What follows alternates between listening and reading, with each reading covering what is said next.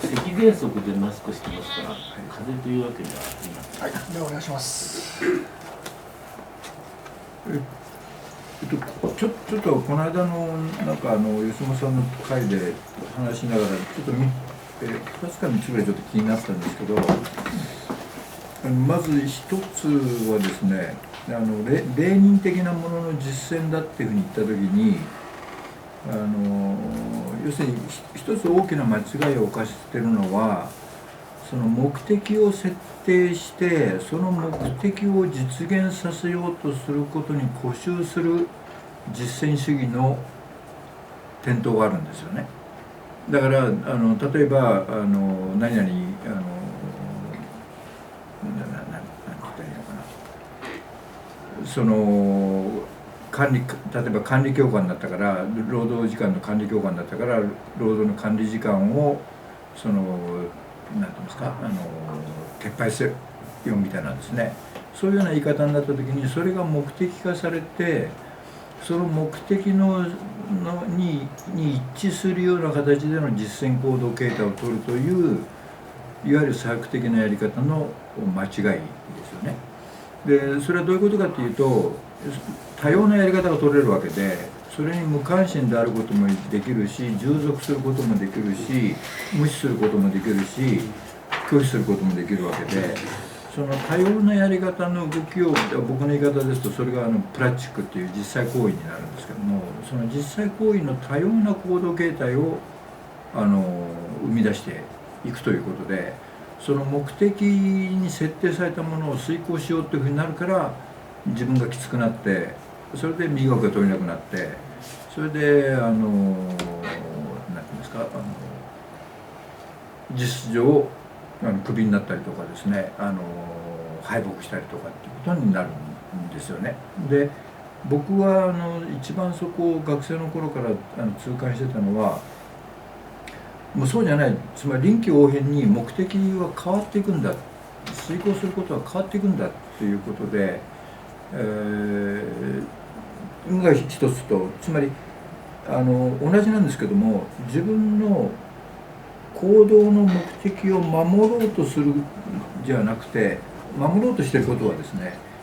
自分がクビになることをならないことを守ろうとしているのと同じ状況になっちゃうんですよね。だから別な言い方をしますと、僕が大学で動いたやり方は、ともかくいつでも明日でも自分をクビにしろと、でクビにしてみろということになります。でクビにしてみろということになると、どういうことになるかというと、相手側の、つまり僕の場合、あんまりこれ捉えてると言いたくないんだけど要するにその共感業務っていうのがあって、共感業務で何個も持たなきゃいけないっていうのがあるんですけども、その何個も持たなきゃいけないものを、例えば僕は1コマ学生をゼロにしたんですよね。でだから学生をゼロにしますから、要するにコマ数が1個減るわけで、その分自分の時間を取るわけですけども、それを要するに教職の委員会である委員会で、要するに山本はサボってると。でこういうようなサボってる態度、教官は要するに許容しがたいという形で、特に若い連中ですけど、若い連中らが要するに不届きだっていう形で来るわけです。で、それを要するに僕の世代を知ってる人間は、山本にちょっかい出すのやめとけっていうふうにもう忠告するんだけど、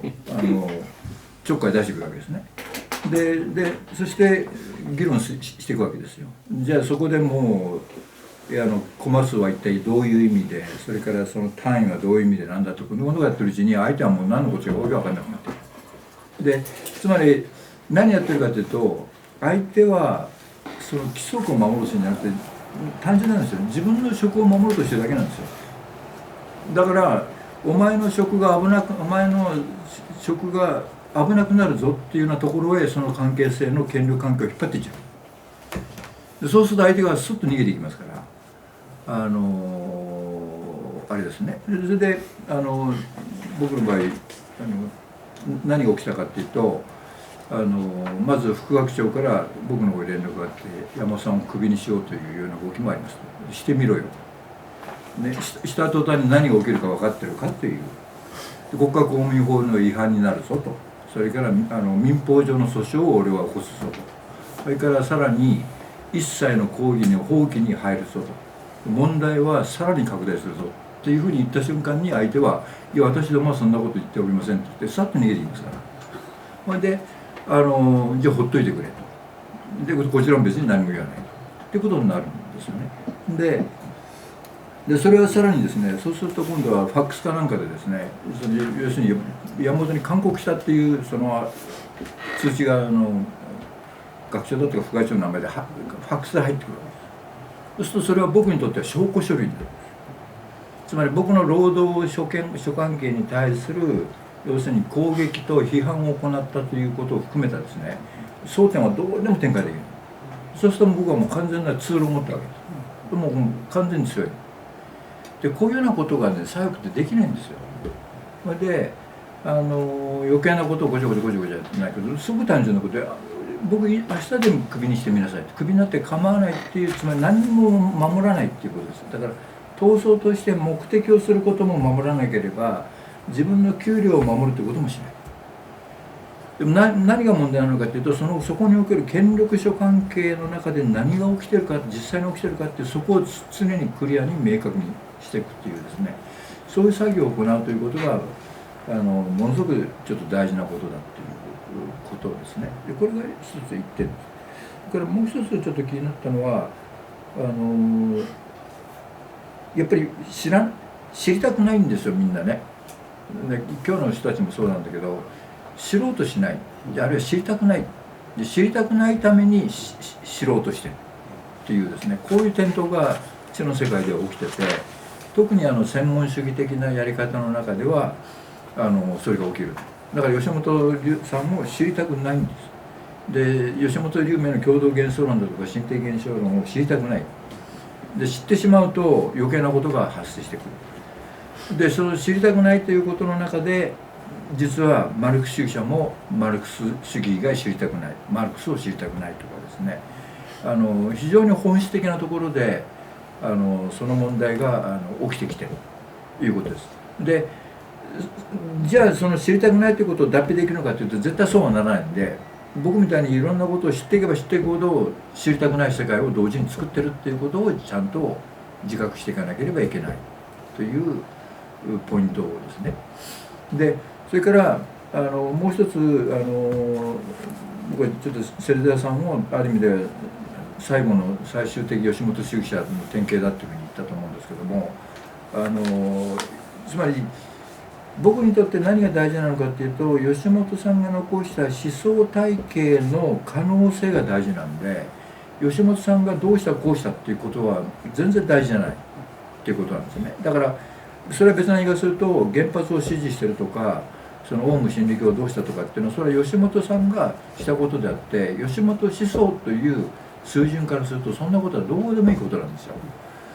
でそういうようなところをちゃんとやっていかないと、いわゆる吉本主義者になっちゃう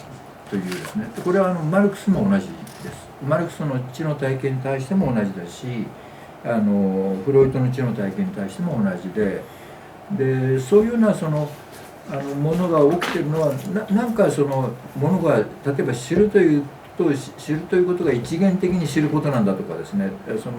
闘争すると目的が一元的に設定するんだっていう、そういうふうに一元化されちゃってるんじゃなくて、全くそれと相反する事態が起きてるんだということの自覚をちゃんとするこ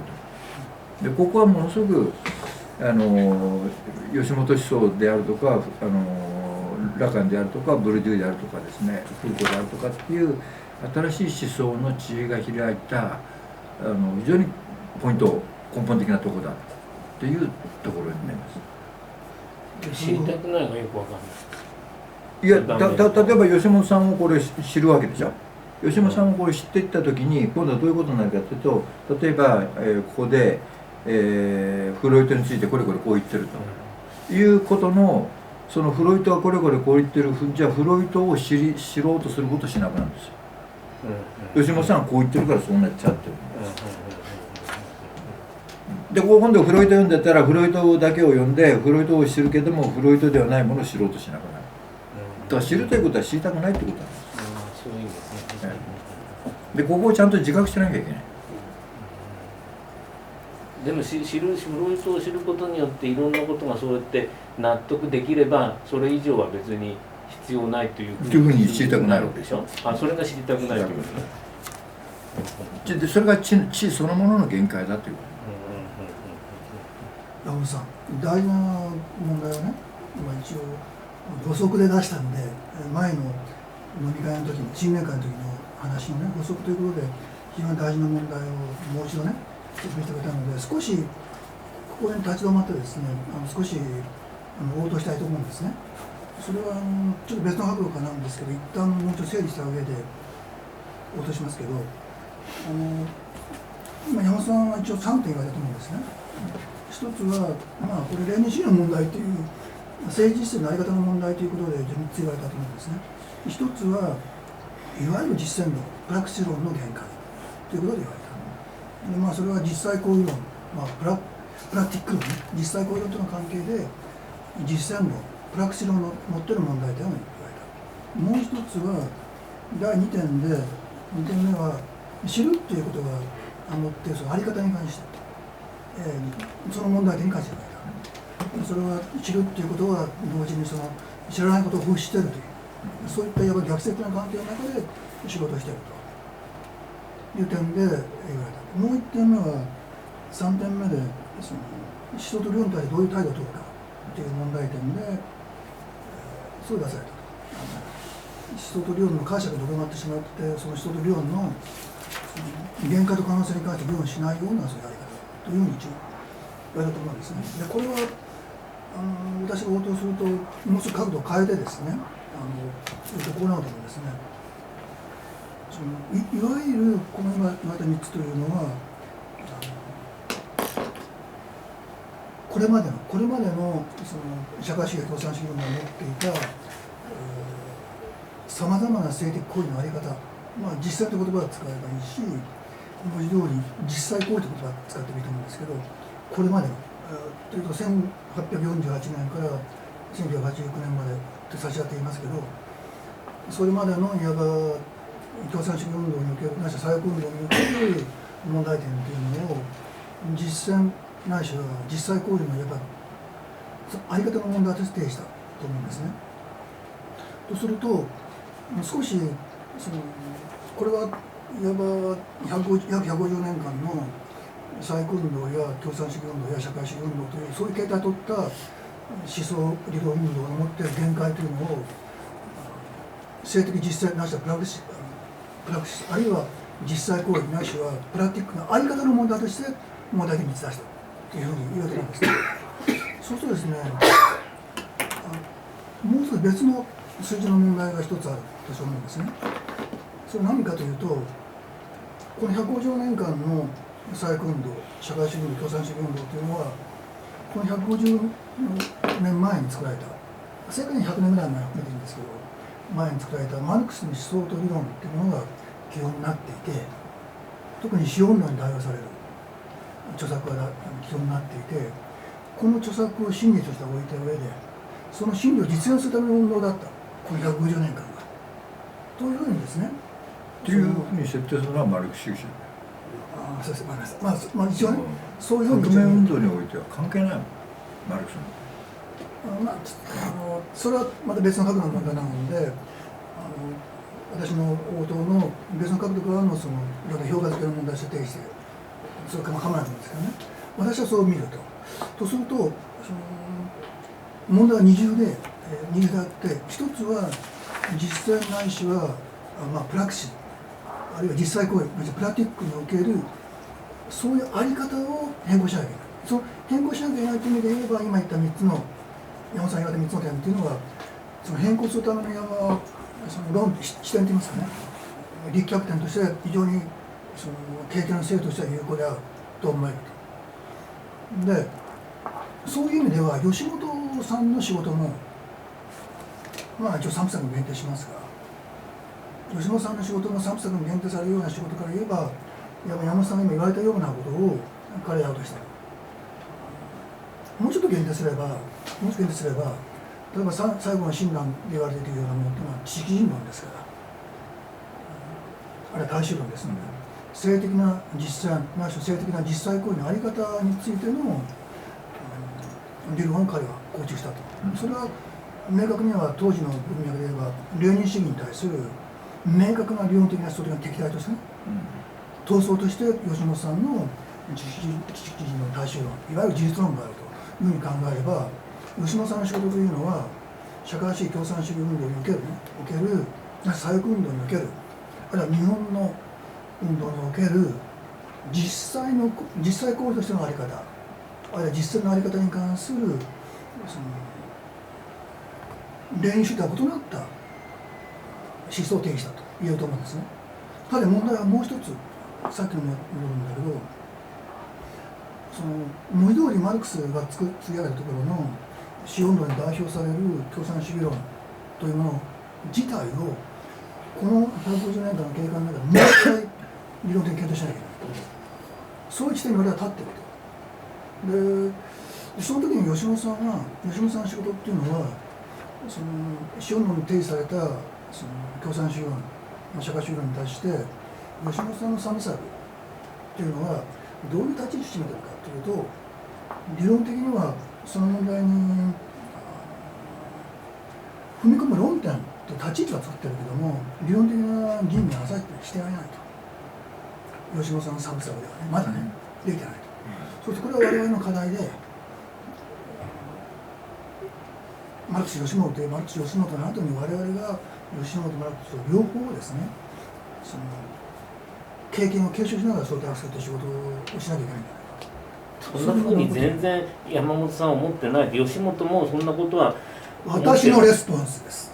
だから理解が全然おかしい。山本さんの言ったことの理解を。そうじゃなくて大事なことは自分を取り巻く現実的で実際的な諸関係が解であればね、それをあえて変える必要はないわけよ。ね、でそれなのにその自分のその諸関係の解というものを要するにそのまま保留して世界の果ての悲惨がこんなふうになってるからこの世の中おかしいんだというような知の設定は知の在り方としても革命的実際行動としても全く転倒してるってこと。そうですね。それが吉本さんが一番はっきりさせたことです。そうですね。それを発揮させましたよ。確かにその通りだと思います。でその吉本思想はね、要するにマルクス主義者たちが大いなる間違いを犯してたことのね、その問題は現実的な諸関係のそのなんていうの、そのまあある意味で矛盾であるとか対立であるとかっていうものを見てないんだもん。で今吉本さんの立ち位置場所に関しては完全にその点に関してはないんだと思うんですけど、でその点に関してはね、でヨーロッパの思想の経過から見て私が学んだ限りにおけば今の仕事というのはスピノザおよびネグリの経営の仕事でやってると。したがってスピノザ・ドゥールズ・ネグリという形の特定の立ち位置、主体の在り方に関する特定の立ち位置に関しては今言った吉本さんの事実論示された議論とほぼね私は同じだと私は見ています。だからただそれは同じだからってことは当然肯定してるわけだけども、当然吉本さんのそのような仕事を継承しなければいけないと。でね、その時に今度はそれを前提にした時にじゃあ自分の生活が解であるといった時のその解は商品的なものの充足によってしか構成されてない。現実はね。それから制度的な保障という形でしか構成されてない、ね、そういう物証化のある中での解っていうのは要するに自分自身にとって転倒なんですよ、ね、その転倒であるという自覚さえ持ってない。そうすると難しいのはいや難しくないんだよ。だからそこの矛盾の諸関係を解き明かす時にこの解き明かしのロジックは資本論の中にしかないのよ。ね、でその資本論の中にしかないその資本のロジックを要するに資本論を論じる人間がそこを解き明かせないんだ、典型的なのは熊野だよ、まあ私もそう思いますよ。全然解き明かしてない。で資本論読んでるだけじゃん、うんそれがまさに知ろうとしてるのに、ね、知りたくもない世界で、これがインテリゲンチャーのもうあるいは細工ぶってる、あるいはその革命ぶってるってインテリゲンチャーの典型的限界です。熊さんのその資本論思考に関する議論はまた今直接の質問の後に入ったと思うんですけどね、熊さんの議論をちょっと一旦後で議論しますが、結局その欲望それ自身が、まあ、解と言いますけどね、解それ自身が転倒しているという問題ですよね。でそれはまあ物質化という用語を使えば、いわば物質化された層によって存在しているところの解であり欲望なわけですね。問題はそういう主体自身が、担い手自身がそういうような転倒した解、転倒した欲望を持っているがゆえに、じゃあその転倒というのを自らもう一度転倒するためにはどうすればいいかっていう問題が文字通り実際行為論として展開して権力関係のなるわけですよね。ですよね。それを解き起こすとで問題はその解き起こすときに担い手がもうこういうと担い手が自ら解を持ってるけども、しかしその解が転倒している、物質化されている、それを自身を解読していって、そういった解の在り方から別の解の在り方へ、転倒してない解の在り方になるためにはどうするかというと、まあ、一応これは資本論によって定義されているところ、まあ、資本論倉庫も含めて経済規範も含めて資本論も含めてですけど、マルクスの資本論に示されている論理を転換するしかないということになりますね。じゃあ熊野さんの資本論の思考における問題点は何かというと、今の反応を受けて言いますとね、例えばですよ、熊野さんは資本論の思考の中である大事な論点を落としてるんですね。構想に入ってないんです。どっかというと、例えば一つ例出します。大事なところなんです。資本論第3部の第27章がないんですよ。27章っていうのは信用に関わる議論で、信用と解に関わる議論をやってるんですけどね。しかも27章の一番最後の部分です。だからそれは要するに熊野における欠落を言ってるわけでしょ。僕は存立そのものは間違ってるって言ってるんだよ。つまり、要するに資本論を読むインテリゲンチャーの基本的な態度自身が、要するにマルクスを知るとか、それから資本の仕組みを知るとか、商品の仕組みを知るということの基本に入ってないんですよ。でその時にであるように一つの例を出してるんだけどね、その例の出し方で具体的に今言ってるんですけど、熊野さんの場合第3部の資本の第3部の27章の一番最後の部分、途中まであるんですね。途中まであるで一番最後の部分の株式会社論と共同組合論に関する議論が全く抜けてるんです。ではその議論はどういう議論かというと、こういう議論ですよ。一応言いますね。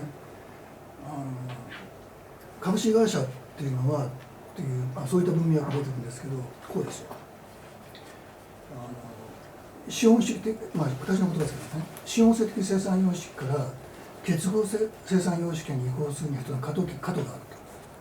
資本性的生産様式から結合生産様式、マルクスは第3部ではそう言ってます。結合生産様式、これは別の言葉を使えばアソシエーションです。いわゆるね、共産党宣言の上で言えばアソシエーションは共産主義ですから、アソシエーションです。そしてもう一回言いますと、資本性的生産様式から結合生産様式に至る移行の過程がある。その時に2つの形態があると。1つは株式会社、もう1つは共同組合企業。株式会社企業とはどういう企業かというと、資本性的な生産様式の枠内で資本と労働との対立を消極的に解消した形態だと。資本性的生産様式の枠内で資本と労働との対立を消極的に解消した形態が株式会社だ。今度共同組合企業って何かというと、資本性的な生産主義の枠内で労働と資本との対立を積極的に解消した形態だと述べているんですね。日教じゃない。で、そして問題はじゃあ何かというと、残る問題は2つなんですね。ここで言うと、一つは結合生産様式とは一体どういう様式なのかっていうことが理論的には未解決だっていうのが言ってるね。もう一つは資本性的生産様式から結合生産様式に移行するときの共同組合企業、つまり資本と労働の対立の積極的な解消であるところの協力組合企業と結合生産主の関係ですね。つまり別に言うとすれば協力組合企業がいかにしてどのような経路で結合生産主義担い手になるのかっていう問題が抜けてると。ちょっと待ってくれ。ちょっと待ってくれ。そうするとね、この2つの問題があるんだけど、この2つの問題を我々がね問題してみるために何が必要かというと、文字通りこの150年間の歴史的な経験の中で一体資本性的生産と異なる生産様式のとは一体どういう生産様式なのかという問題をめぐってさまざまな失敗が起こったということをですね問題意識で持つことなんですよ。で熊野は少なくともねそういう問題意識がないから問題関心がないから彼の資本論思考の中でね第3部の17章の一番最後のものを落としたことだと思うんですよ、だから落としてるってんじゃなくて、要するにその資本のその動きそれ自体を全く見誤ってますよ、僕から出せると。ね。で資本と労働の関係の基本的な仕様は何かって言ったら労働をなくすことなんだよ。そうです。ね、労働をなくすことそれ自体の見誤りがもう最前提に起きてる。でこの問題に関しては熊野アメリカに触れてないけど最近出た本ではモージ・ポストンが時間労働支配という中で今のような感じでやってます。いやこれはね1993年の本なんですよ。だってそれ基本なんだからね。だから要するに資本と労働とその土地の関係性の中で資本における利潤をなくすこと、それから土地における地代をなくすこと、労働における賃労働をなくすこと、ね、でそれ自体は労働と資本との関係の基本を要するに解消することで、それは資本を打倒するのと全く逆なんですよ。労働者が労働自体をなくさなきゃいけない。でそれは何かというと今日の吉本さんのこの手と足のねこの要するに議論のところに引っかかってくるところなんですよ。そうですね、社会的存在としての手だってですね。ね、でいきますか。だから要するにそこでものすごく大事なことは資本は悪だっていう前提にしてること自体のね根本的な話はそんなこと自分の現実を見てみれば資本っていうのは全部ポジティブに作用してる、ね、それで商品がネガティブな作用をもたらしてるんですよ。で資本と商品との区別がついてないマルクス論なんて僕から言わせるともう全然論外。それはもうマルクス全く分かってない。でそれは別の言い方するとホイエバッハテーゼで実践と理論の一致だなんてことをマルクス言ってないの。実践と理論が一致するなんてことはありえないって言ってるのにホイエバッハテーゼの翻訳は間違ってんだもん。で間違ってるってことをこれだけ指摘しててマルクスじゃ誰もそれを了解しない。どうしてもできないのかお前らって感じなの。今のレスポンスだと矢野さんの今理論のっていうか吉本解釈マルクス解釈の立ち位置というのは1986年革命が終わった後のいわば経験というものを内省的に捉え返した議論だっていうふうにですねそういうふうに位置づけることができると思うんですよ。でこれ大事だと思うんですね。つまり1989年革命って何かというとソ連邦の解体ですよ。いわゆる東欧革命です。でこの後に出てる議論だっていうふうにねしたがって150年間の歴史を踏まえた上で登場しているという形で展開できると思ってますのでそのような意味で非常に大事な議論じゃないでしょうか今の議論。理論的に多分分岐点が出てくると思いますけどそれはねけどそこは一旦軽視しなきゃいけないんじゃないですかね。ですから山本さんがネズミに対する批判を行うっていうのはそういった文脈からいけば非常に妥当なんじゃないでしょうか。いや批判に値しないよ。私は分離行動しますけど制度の中に解にある以上ねつまり解だと思ってるわけですよ。それが転倒してようがしてまいがでもその転倒してるというのをどこで感じますか。解要するに解であればいいわけですよそのまま解であれば。でだけどそれが実は転倒してるということをその資本論が発見されることができると言ったでしょ。でも現実の我々はこういう制度の中で解としてある以上そういう転倒ということは自覚しないわけですよ。実践していくなきゃしなきゃいけない。だからそうしたらばそれをしたくない人にしろなんて言う必要ない。だからそれで一つは遠くの例えば不快があるわけです、遠くに。アフリカのカナダとか、それをなんかこうつなげて今のこの会の在り方おかしいとかいうのはよく最後の言うやるけどさ、それをほっぽらかしてね、ほっぽらかしてそういう言い方をするのは僕は要するに転倒してますよという言い方をする。うん、だけどじゃあ山本さん自身が今ここにいてさ、どういう形で不快を感じるわけ？僕なんか例えば大学でいたら試験なんて本当に不快だもん。単位をつけるなんて本当に不快だもん。あんなこと学問の知っても全く関係ないじゃん。そんなこと明らかなの。だから俺は嫌だっつってだけ。で俺は嫌だってことは相手に対してお前は自覚してないなってことを言う必要もない。そういうところで不快だっていうことね。俺は嫌だっつってだけ。でももしくはついてもう一個だけど、その1の方でもし僕それ力関係とは考えないんです。もし僕がねその学校の側だったらさ、あなたは要するに1人5コマやることになってますと、それをやらない、やらないじゃん、やってるよ。生徒がいないだけで。生徒が取れないようにしてんじゃないかとかさ。どうしてそんなこと分かんない？だってそう、つまり必要な授業で全然来ないってことはありえねえだろうっていうふうな、というふうな。ありえるんで僕の場合。だからそういうことが全部闘争の課題になってきとして設定されますよってこと。だから僕だったらそういう形で、つまりそれがいるかいないかってのは分かんないけどさ、そういう形で民事で持ってって出て、民事で持っていくのはクビにするって言ったから、クビにするんだったらそれは民事訴訟を起こしますよって僕は言った。だから僕そしたら学校の方として山本さんを要するに労働をきちっとしないという形で訴えてクビにするだろうと思う。だからできるわけないじゃない。山沢さん、だからみんなそういうふうにして動きを止めるんですよ、自分で。山沢さん、問題をね正しくね定義した方がいい。で山沢さんがね定義する問題はこうですよ。正しい言い方は停止化しますね。快と感じるけども、それは転倒しているということを、その快を感じた当の本人がどのようにして感じるのかっていう、そういう問題です。それは分かったんだけどさ。分かったわけ？それは分かった。だけど要するに普通大体そういう時になんかこうなかなか証拠が集められないから、この人がローム怠慢っていうことが結構怠慢あれなんだけど。ローム怠慢なんかしてないもん。僕から言わせれば大学教師のことローム怠慢だもん。知的に全然勉強もしないで学生にデタラメな知識を教えて、そっちの方が全然ローム怠慢だよ。それで裁判やるわけ？やりますよ。裁判でやるかどうかは別にして、僕にはその前提があるから言えるんだよ。俺のがはるかにローム実行してるよ。はるかに物事を考えて、世界において何が大事かということを学生の方に伝えてますよ。俺だこれだけの労務事業お前らやってるかってことね。だけどそれでさ、それでいくら裁判で出したって。いや裁判なんかで別にどうでもいいよ。裁判だっつったら相手に逃げるだけの話だから言ってるの。逃げないんだったら裁判なんて言わないよ。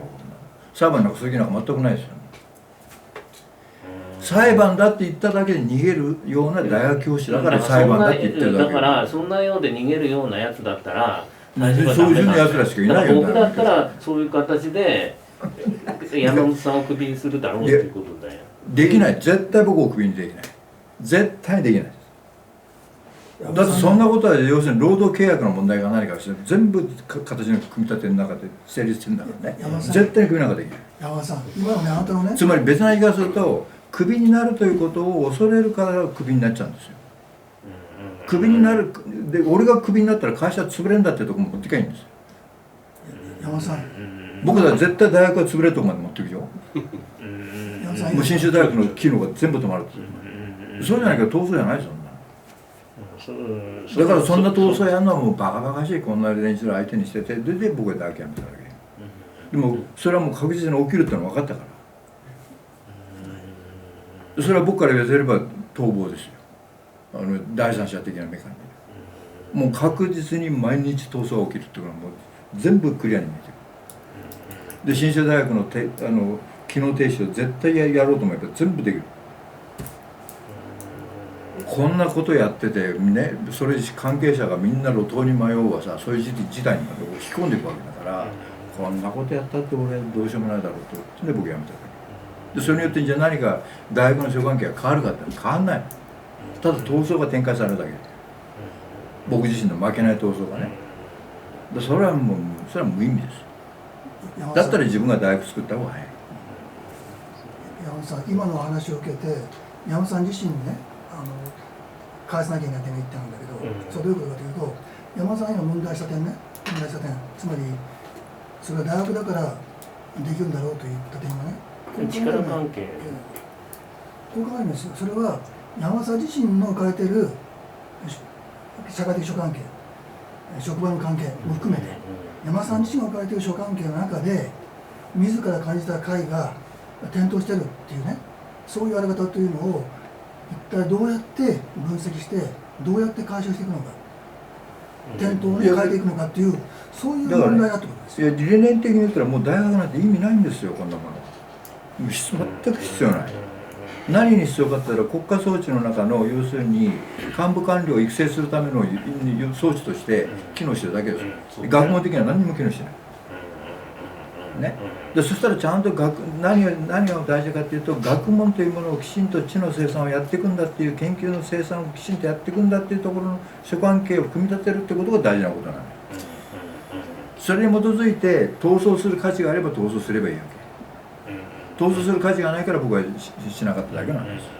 それは分かるの、ね、それはで大事なことは何かというと、現在のその企業会社も含めて大学も含めて制度的な諸関係はもう機能終焉ですよ、完全に。ね、で機能終焉になると何かというと、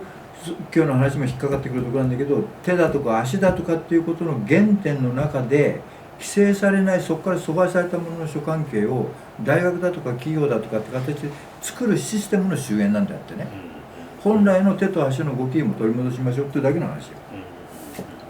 だから僕がさっき言ったのは、東大闘争の裁判でもね、なんとか理念の闘争に持ち込もうとしたけど、結局器物だって裁判は理念闘争じゃないもん。裁判は A と B とどっちが正しいかってことを判別するだけの仕方であって、裁判のやり方の仕方が間違ってるって言うからですよ。あの時にだから器物破損でやるでしょ。だから山本さんだってそういう形でやれば、僕が学校だったら山本さんを追い出すことはできるだろうということを言ったわけです。僕に対しては絶対できます。絶対にできる。なぜかというと、権力主関係の機微を分かってるからね。どっちになったらどうなるかっていうのは全部見えるわけだから。大半はこんなのやってらんないよっつってさ、向こうが引いてっいや、ちゃうっていう向このは分かる。うが引いてくるんだよ。向こうが損害がすごい単純なこと、これウェーバーがはっきり言ってるの。利益を立てて、利益と損害で人間はどっちに動けて、利益の方に必ず動くんですよ。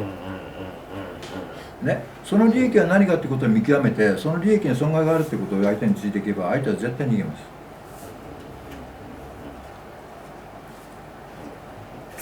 その程度のことしかしてない。そうでない限りは、今度は本当の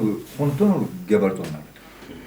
物理的にお前が勝つかこっちが勝つかって話になってくる。でそれはもう今度政治の問題ではない、軍事の問題。よろしいでしょうか。はい、だから個人っていうのは強いんですよ。それをね見失ってるみんな。友達に教えてやるよ。大学クビになるとか言ってた。はい、では一応ここで一旦今日の前振りの議論はクビになるって言ってるってクビになると思ってると本当にクビになるよ。だって自分でそうしてんだよ。それはクビになりたくないからそれクビになるって言い方ない。だから裁判でやるって言ってたさ。もうそんなことしてるからもう。はい。では今日の議論は先ほどの議論はいわば社会的存在としての手に関する議論の導入ということでそれ位置づけではいきまし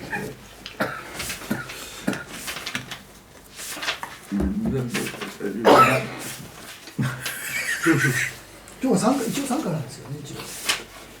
俺5からやってる。一応参加なんです。まあいいです。そこは承知してもらいます。ちょっと参加です。5の手と足、はい、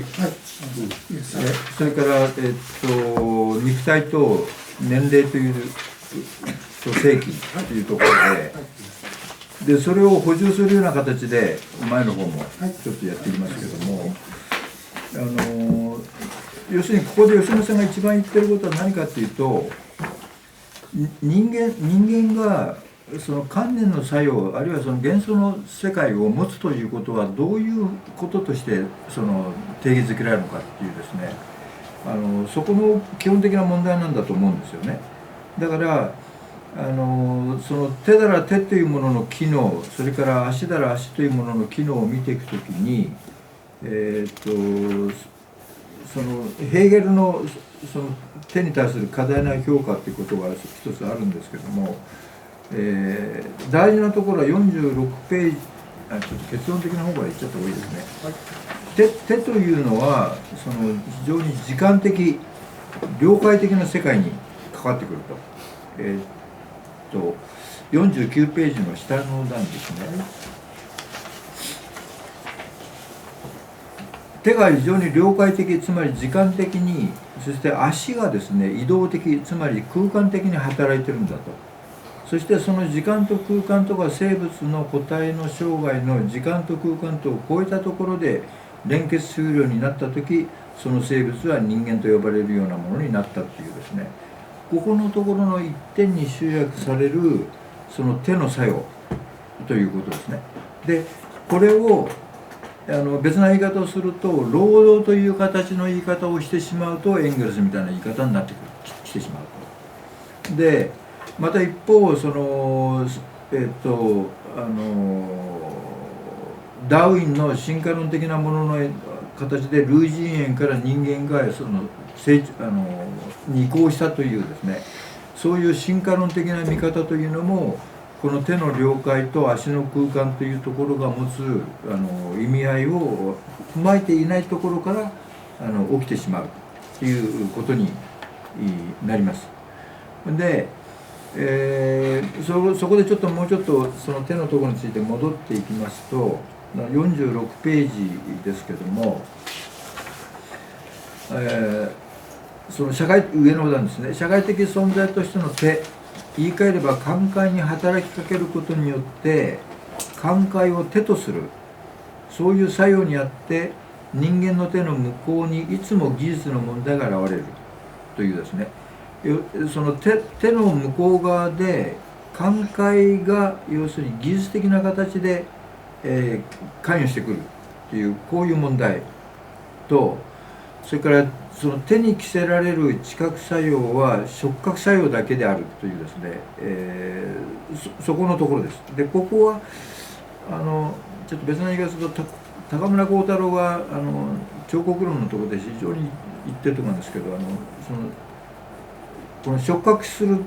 触るということではですね、見るということよりももっと非常に知覚的には非常に鋭いものだっていうところなんですけども、それは何かっていうと、観念作用の比喩が手の言葉によって表彰されるとき、つまり手は知覚作用としてあるのではなく理念としてあるんだということですね。でつまり手が理念としてあるんだと。でそれが触れるだとか撫でるとかっていうその観念作用が手に与えられていることであり、その手に対する感性的な比喩として、成立しているということをここで言っています。だからここでものすごくポイントになるところは、手が理念としてあるんだということですね。で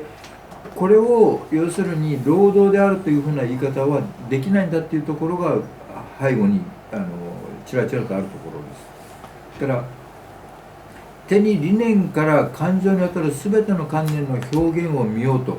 してるということ、これが特に武道家の動きの中に出てきている。で手が人間の観念作用の外化したものという意味を持っている。で行うものであるということよりも了解するものである。つまりそれは手が了解する時間するということに関わっているからだと。で手の特異性が時間の拡大と構築に関与することだというふうに言っています。でこうしたことに対して足というのはむしろ身体に属した空間の限度を意味していて、足が空間の拡大と構築の働きに特異性を持っているというこういう言い方をしています。で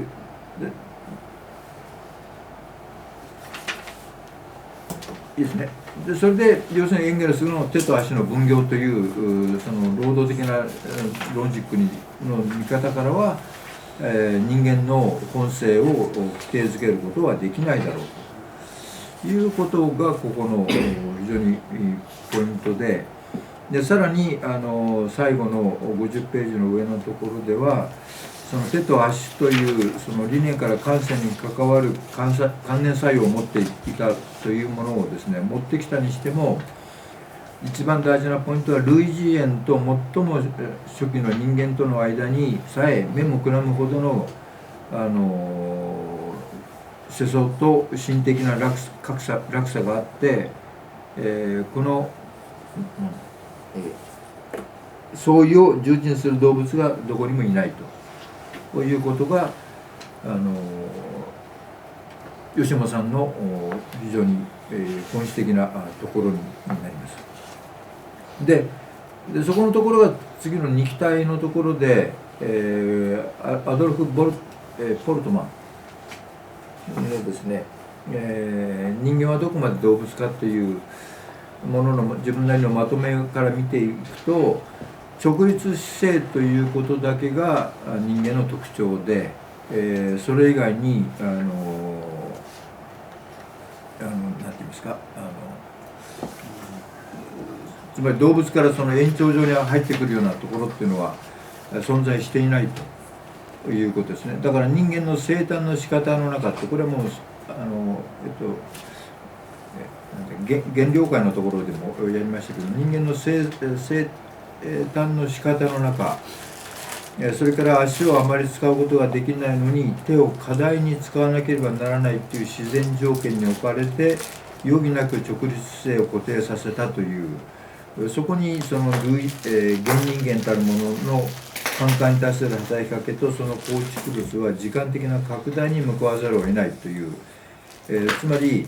手は了解の時間の構築物を繰り返し生産し続けることができる可能性を作り出したと。それが意識あるいは観念の作用そのものであって、すでに観念作用を持つという前提に立っていたというですね、ここのところが肉体論のポイントになってきます。ですから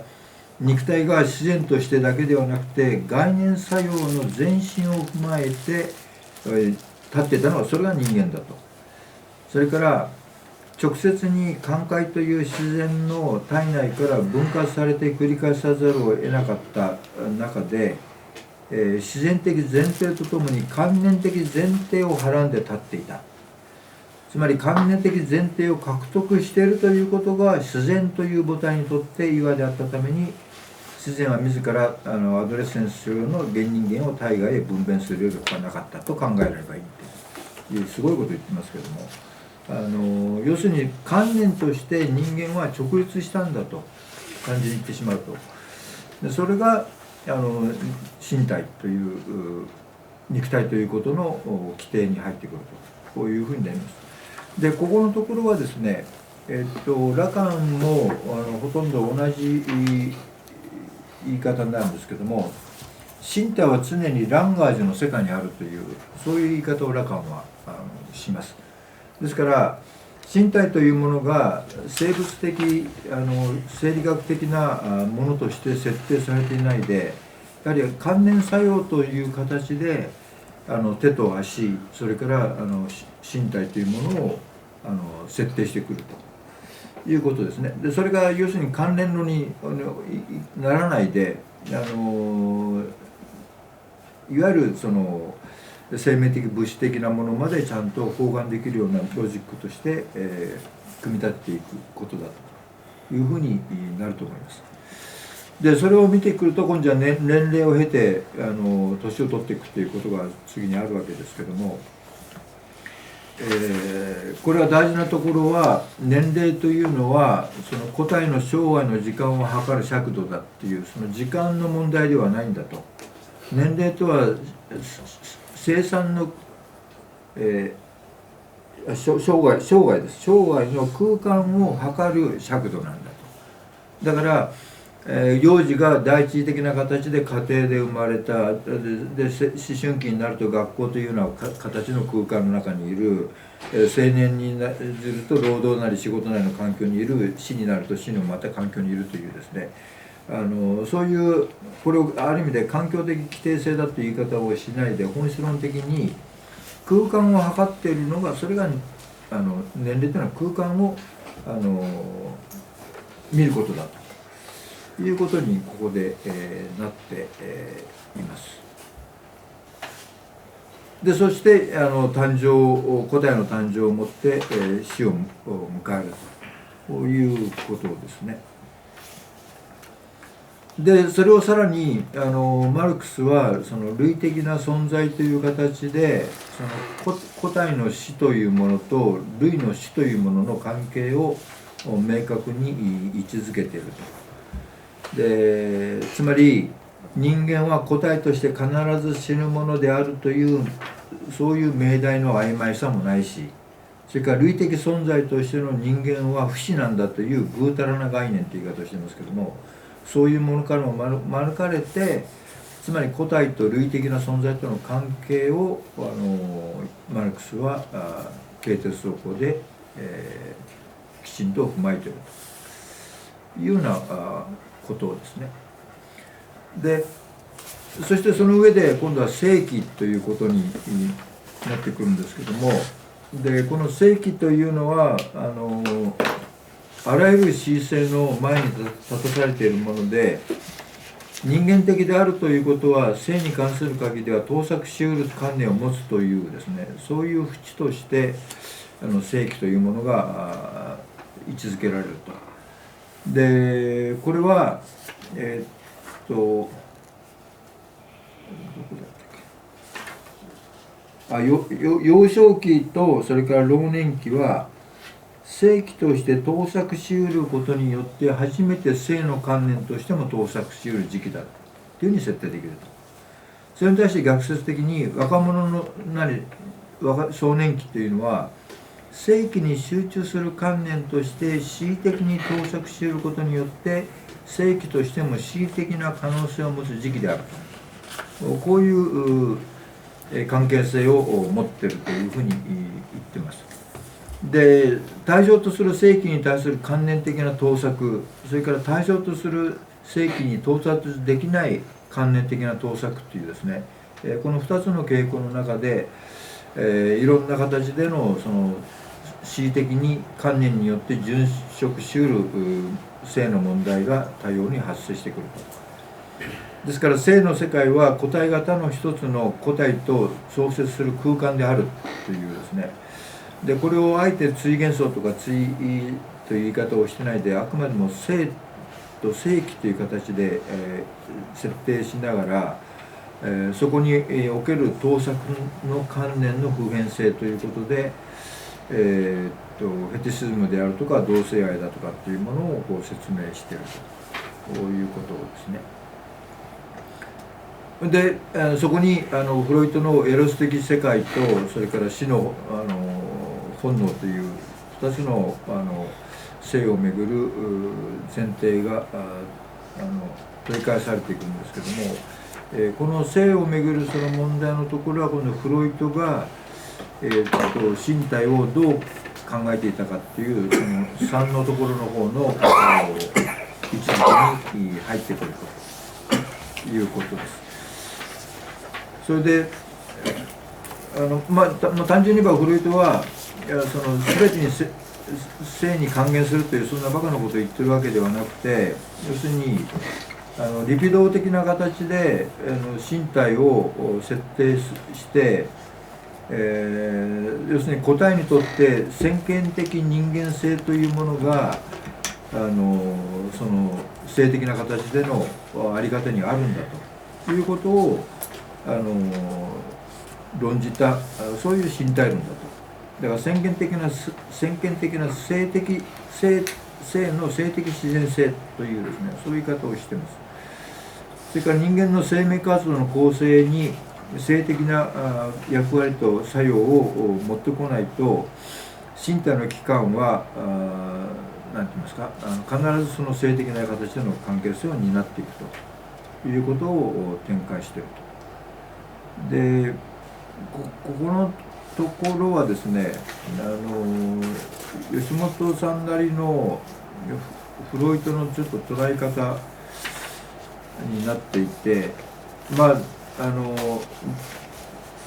結論的に言っちゃえばリピドーが盗作しうるということは性欲を観念として祭り上げるという、その観念としての性欲ということですね。だから観念としての性と機関的な性の間の矛盾を、解決しようというところに、性をめぐる人間関係のさまざまなあり方が出てくるとかっていう、そういう言い方になってるんですけど、ちょっと僕はこれフロイト理解としてはほとんどあんまり納得はいかないと言いますか、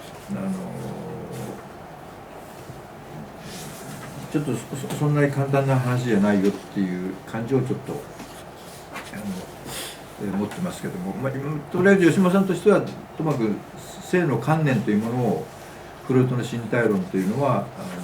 持ち出してきたということですね。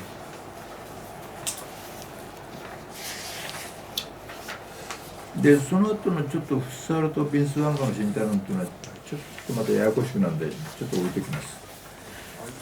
ちょっと非常に乱暴ですけども、要するに大事なポイントは身体というものを身体という形で心的なものから切り離して生物学的に設定するというそういうその身体論ではなく、手と足を含めてその観念という形でなんて言いますか、身体というのは働いているんだっていうですね、そこのところの捉え方を、吉本さんなりの位置づけでやってるというところでしょうかね。よろしいでしょうか。はい。まず形式のところに入りたいんですけども、この5678ですが、まだいわゆる身体論としての体系構成がそんなうまくいっているとは思えないんですが、それは前提の上で、国民論実というのは一応並列の関係になっていると思うんですね。同じ重たさが同じだと思えるんですね。ただ身体論ということで体系構成を考えた場合は、この配列は少し問題があって、もしこの項目で限定すればですよ、最初に来るのは肉体が来ないとどうもおかしいと思うんですね。と私は思えるんです。で、最初に肉体が来て、それから手と足が来て、そして性器が来て、そして年齢が来ると。したがって肉体、手と足、性器、年齢というのが、多分この配列だ、この4つの項目の配列だったら、多分それが体系構成としては、そこ僕は違うと思う。違うと思う。いい。もちろんです。一応言ったんだけど。ここから5から何が始まってるかっていうと、その西洋の哲学だったら、前の議論したけれども、心的領域と身体領域をどう、関係づけるかっていうところで、フランスとドイツの考え方は違ったけれども、吉本さんがここから5からやろうとしているのは、心的現象論の序説の中で心を時間と空間で捉えたんだけども、それを身体まで、時間と空間で捉えるっていうふうに拡張していってるっていうのが吉本流の、身体の考え方で、それでまず手と足が最初に来たっていうのは何かっていうと、手っていうのは、内臓から来るっていう、ここで吉本さんは、内臓っていう内臓と体壁っていう三木茂雄の議論は持ってないから、もう少し浅い段階で言ってるんだろうけども、手っていうのは、了解だっていうふうに言って、それで足っていうのは関係だ、空間だっていうふうに言って、身体を、時間で空間で捉えるっていう捉え方をまず最初に持ってきて、それでその次になんだっけ、肉体って持ってきたんだけど、ここの肉体っていう、タイトル自体が、単純な肉体っていうよりも、そのなんだっけ、ポルトマンの言い方で言うと生理的相残、人間だけが、生理的に、1年早く生まれてきたっていう肉体っていうのをどう見るかっていう議論がここで始まって、それで最初のその手と足の中で、手は時間、足は空間って言ってる中で、人間だけが1年間どんな生物よりもみっともない、1年間を過ごすわけだけれども、実はその中で人間は、空間機能は全然使わずに、了解の機能だけを使うっていう、そのことで人間の身体だけがある意味で観念過剰な身体になるっていう、これがもう画期的な、ところなんだけど、その前に手と足の話をしてないと、ここの話につながらないと思うんですね。ということですね。ちょっと問いかけてください。一応聞きました。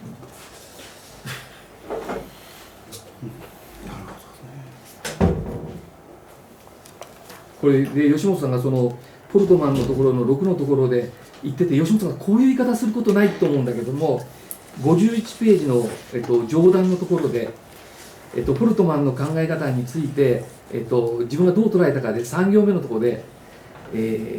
私の主張に従ってっていう、私の主張っていう、こういう吉本さんが言う言い方ってあんまり聞かないんだけど、いかにこの、生理的相残が、人間だけを他の生物から全く違う観念過剰な動物にしたんだって、その、普通その、心理学で、人間だけが1年、早産で未熟な形で生まれてくるってことは、よく脳が大きすぎて参道道路とか通らないみたいな物理的な議論になるんだけど、吉本さんそこで全然違うあれしてて、時間が過剰になるっていうことがここで始まったんだっていう、それがすごいと思うんですよね。手と足はさっきの時間と空間と結局手も要するに極端に言えば子供から赤ちゃんからだんだんとしてこの肉体のところに来るとボルトマンによると、要するに手を使っていく時間は個人的にもなくなってくるわけですよね。要するに相談でみんな人間生まれてくるから、足がずっと使わないままですけど、だから別にその手と足を先にあなたが言われたように先に出したってことは、手と足っていうのはずっと成長していく、赤ちゃんからの手からだんだん大人の手になっていくじゃないですか。その間ずっとこの相談であることによって手と足は使う時間長くなるわけですね。それ要するに、訓練というかないけど。というよりここで言いたいのは、人間だけが手と足の、バランスの悪さから始まって、手の方だけが使えるっていう観念過剰になっていくっていうことが多分、逆に言うと手と足がこれだけになったってことは相談でなきゃダメだってことだよね、とにかく。そのアンバランスがで、他の動物は全部バランスよく出てくるから、出てきて立っちゃうもんね。だから割となんだろう、もっと言うと対比的な外の世界と中の世界が同一で生まれてくるんだけど、実は時間空間が人間だけがアンバランスだから、観念の世界、幻想の世界が人間の中で、多量な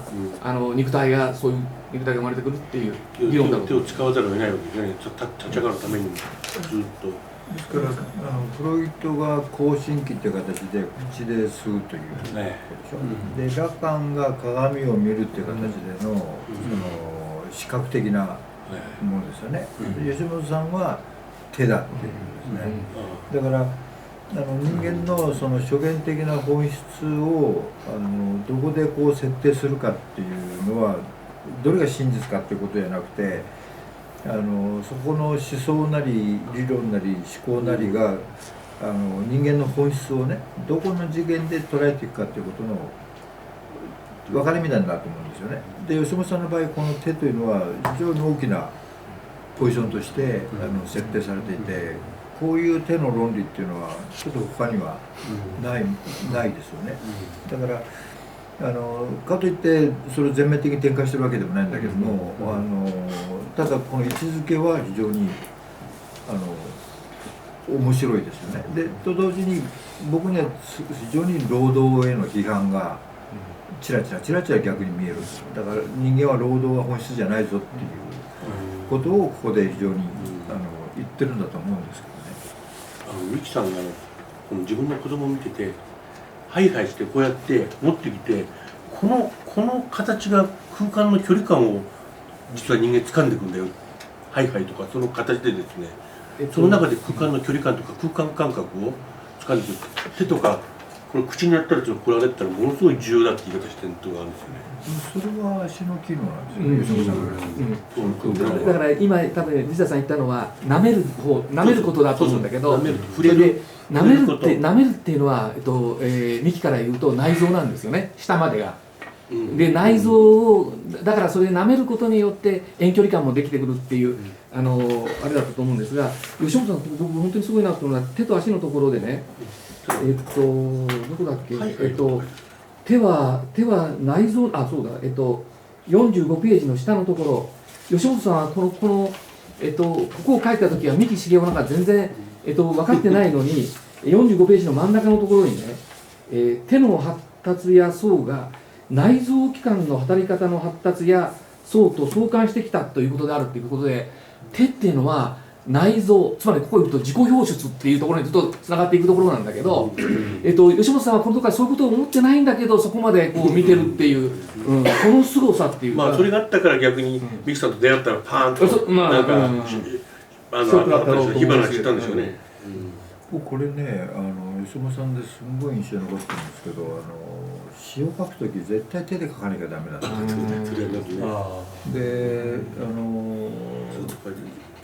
これタイプで言っちゃダメなんですよ。詩はともかく肉体でこう書かなきゃいけないっていうですね。それが非常に印象に残って、それでこれ読んだときに手に対するその思いみたいなね。でそれはまた同時に高村光太郎がそれを非常に言ってるんですよ。論理論で。だから多分高村光太郎からね学んでったんじゃないかなっていう。全部線を全部自分で手書くんですよ。線引いて。手で書くって言ってますよね。いや全部ね線をね全部引いてから、普通にこの線が書いてあると買ってこないんですよ。引くって言ってましたよなんか。若い時はね。今は違うんだよね。手で書くとだからそれが途中的かどうかですよね。道具が違っちゃうわけ。まあ手は確かにずっと何回も言ってましたけどね。出せます先ほどのレスポンスにね、一応いくつかの論点でカットしたと思うんだけど、一つはまず私の読解論というかね、解釈の方法論という点で、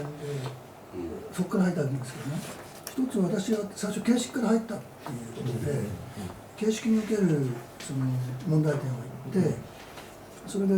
順番の配列の仕方に関して定義したということですね。でこれはどういうその限界を持っているかというと、そのこうですね、吉本の著作自身はその順番になっているわけですから、その順番に対してこの構成のですね順番を定義すると解釈で示すという場合、これが正しいかどうかっていう意味でのそれは議論できないんです、このレベルでは。というのはすでにあらかじめ配列が働いているわけですからね。働いているっていうのは手と足でしょ、6番目に肉体、7番目に年齢、8番目に正義となっているわけですから、こういう解釈が働いていて、それに対して別の配列を定義するという、そういう意味での読解というのはどういう限界を持っているかというと、これはその解釈が正しいかどうかということは言えない水準なんです、このレベルでは。このレベルでは、あらかじめ配列されているわけだから。したがって解釈の正しさという意味でのそういう議論をするつもりはないわけね、言ってんね。するつもりないし、できないしね。いや、私が言いたかったのは、吉本さんは、手は了解、足は空間ってことを出して、その後に人間が生まれたところで、いかに、その了解が、過剰になるかっていうことを、吉本さんとしたら、5と6はつながってると思う、その中で。それは、そんなことは前提で、今問題なのは、解釈のいわば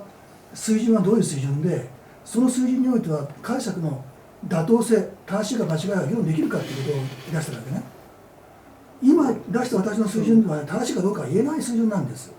いや、私が言うと、その木俣さんが何を問題してるかよく分かんない。あれじゃないですか、だから三木茂雄はここで出してないんだから、三木茂雄を持っていいとか悪いっていう別な言い方をするとね、身体という概念自体がもう要するにもうあらゆるその間違いを引っ張り起こすんですよ。それから肉体も。ね、だから要するに身体論とかこれ身体論って言っちゃってるんだけども、身体論じゃないんですよ。で手の観念論みたいな話よ。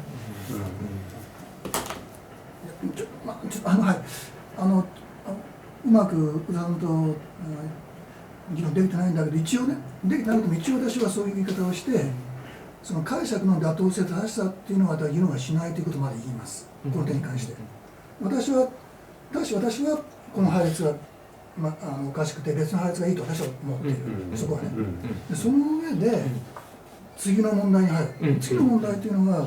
文字通りこの配列に従ってこのテキストに即して解釈をまずね、あらかじめやるというのが2番目、そしてそれを受けて3番目はそれに関する吟味をやるという順番になるんですね。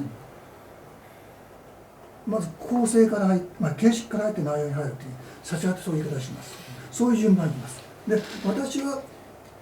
先ほど言ったのはあくまで形式の最上位の形式、つまり配列のレベル、項目の配列レベルで議論している言ったんですね。これが一応私の福田さんの応答に対する私の回答です。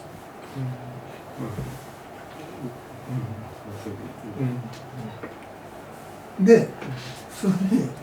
具体的にはその項目に即して内容の議論はしなきゃいけないと思ってるからそうしたい。でもね、この内容僕あんまり意味あると思えないんだよね。また言っちゃうけど、もう手が観念のあれだっていう、もうこれだけでここいいんですよ。で年齢のところも別になんていうの、だから今西金次との対談っていうのは今度後になりますけども、今西さんもすごい面白いこと言ってるのは、黒いクマと白いクマの間の灰色のクマはどこにもいねえっていうね。要するにやっぱり白いのは感覚から生まれたんだ、そこに住んでたからそう白くなったんだ。で黒いのはそこに住んでたから黒くなったんだ。それをその進化という形で見るというそのダーウィン的な進化論じゃダメなんだっていう、そこら辺は吉本さんもそれなりに納得してるようなところがありますけどね。でもそれが年齢のところでしょ。でここで類的存在なんていうのを出して、要するに個と類との関係をちゃんとマルクスは踏まえてるぞっていう、その個と類との関係を踏まえない議論はそれは何だっけ、これぐうたら理論だっていう言い方とか。だから正規に関しては正直言って僕これもうフロイトラカンやってる人間からすれば申し訳ないけど全く認めない。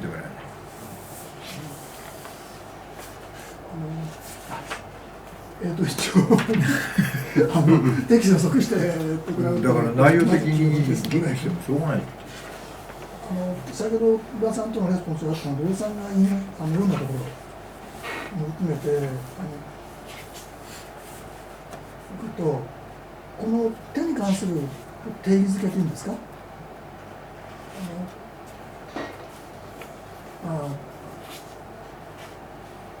山本さんの定義したところなので、これをあえて言うというのはまた冗長になるんですけれども、一つ言うと46ページのその一番最初の上の段の一番最初のパラグラフ、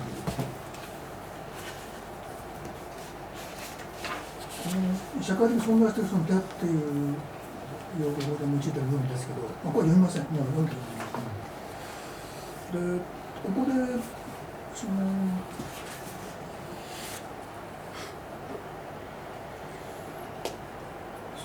問題というか、その議論しなきゃいけない点があるんですけど、ここの手の概念っていうのは、いわゆるの人間の身体に固有な手の概念とは違いますよね。そこまでは言ってないね。非常にその拡張された概念ですよね。人間の固有のこういう手という概念になって、もっと拡張された、ここでは技術と言ってますから、特定の器具、機械というところまで含めた、機械以上のものだと思いますけれども、社会的な技術も含めて、そういう意味で手っていうのを使っているということで、いわゆる人間の身体に固有な手の概念のいわばそれを拡張した形で定義づけているとすると、この定義の仕方っていうのをどう考えるかってことなんですけど、定義の方向から言うとですね、こちらのこの定義の仕方っていうのは非常に優れた定義の仕方だと思うんですね。どうしてかというと、大体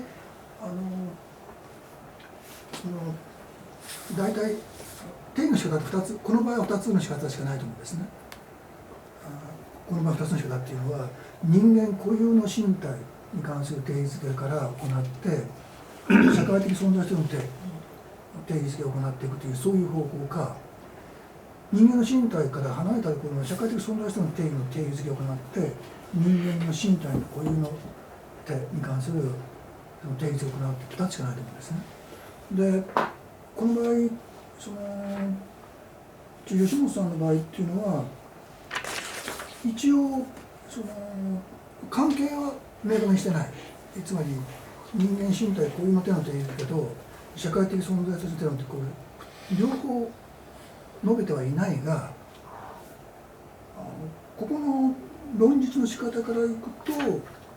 社会的存在としての手から人間の固有の身体の手の定義に向かっているように読むことができると思うんですね。でとするとこの定義の方向づけってのは非常に優れてると思うんです。なぜ優れてるかというと人間固有の身体というそういう固有性の場所からではなくて社会的存在としての身体という概念、そういう身体概念を持ち込んではいませんがを持ち込んだという見なした上でそこから手の概念を規定していくというそういうやり方を取っていると。これは極めて優れた定義付けの仕方じゃないか。そのことによって手の概念の概念的な拡張を踏まえた上で展開できる。あれだけどね、マルクス主義をチラチラしてたからしょうがないからここで出されたと思うよ。そうですか。全然ここのところは大事なところじゃないと思う。違う。いやだからあくまでも手は了解の世界で類的な形での関係性のところまで引っ張り出されてるっていうそこのところだと思いますけどね。井田さんにさ、ちょっと聞きたいんだけど、さっき言ってた生まれた時にね、アンバランスだったから、そこでここに50ページのところだと思うんですけれど、観念がこう生まれてくるっていうことですよね。それはなんでそういうふうに言えるんですか？つまり足が動かない手だからその間手ばっかり動かすと、それは分かるんだけど、そうするとなぜそこで観念が、だからそれが正しいかどうか分かんないけど、吉本さんはその前のところで、5のところで手と足っていうところを作って、手はまあある意味観念と直接結びついてるっていうふうに了解と定義して、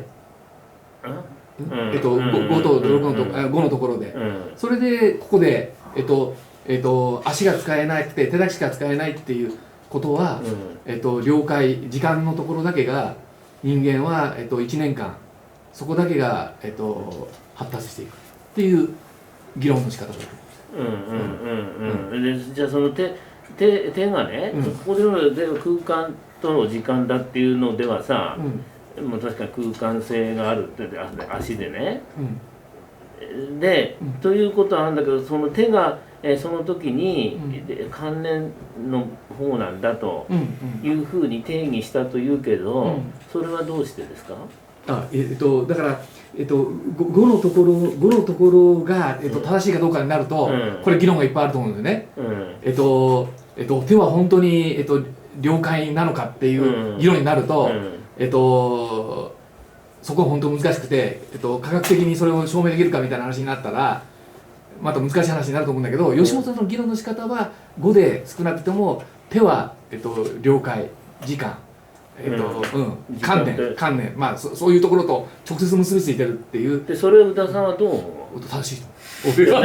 なぜそこを納得した？それだってじゃあ人間だけがどうして、オランウータンとね物理的にはそんなに変わらないのに、なんで人間だけが、現生的疎外から純粋疎外っていう世界を持ったかっていう、その観念の異常さね、異常な判断をどこでやったかっていうのは吉本さんは、人間だけが1年、空間が使えなかったからだっていうふうに言ってくるんだけど、それ以外になんかいい議論って聞いたことがない。人間だけがなぜゴリラとほとんど物理的にはね。これはボルトマンの議論ですよね。ボルトマンの養鶏成長ネオテニーでしょ。から養鶏成熟の議論でしょ。だからお腹にいる猿だったらなんかよりも退化してお腹にいる段階で生まれちゃうから、そんだけだからなんかいや普通よく言うのはさ、直立歩行になって、移動ができて、しかもエンゲルスの理論だね、それからまあ生物のあれでもよく言うじゃないですか。それで手に持って、道具を持てるようになって、それつまり道具を使うということを通して、ある対象との距離の間を媒介する観念が出て、そういうことでそれ否定してますよね。否定というか養鶏成熟はそれはマルクス主義とダーウィニズムが合体したロジックはそうなんですよ。でそれがおかしいというのは原料界でもあったじゃないですか、同じ話。どういうふうに宇田さんは納得してるかっていうか。